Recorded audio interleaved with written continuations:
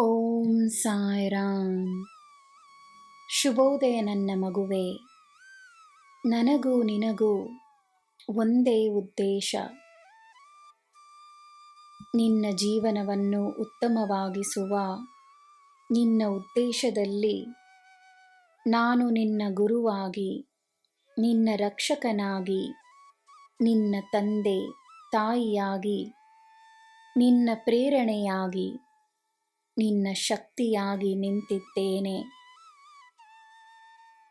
ಈ ದಿನವನ್ನು ನಿನ್ನದಾಗಿಸಿಕೊ. ಇಂದು ಮಾತ್ರವಲ್ಲ, ಪ್ರತಿದಿನವೂ ನಿನ್ನ ದಿನವೇ ಆಗಿದೆ ಎಂದು ನಂಬು. ಈ ದಿನವನ್ನು ನಿನಗೆ ನೀಡಿರುವ ಶಕ್ತಿಯ ಮಗು ನೀನು. ಈ ಪ್ರಪಂಚವೇ ನಿನ್ನದು. ನೀನು ನಂಬಿದರೆ ಪ್ರಪಂಚ ನಿನ್ನದಾಗಿಯೇ ಇರುತ್ತದೆ. ನಿನ್ನ ದಿನ ಶುಭವಾಗಿರಲಿ.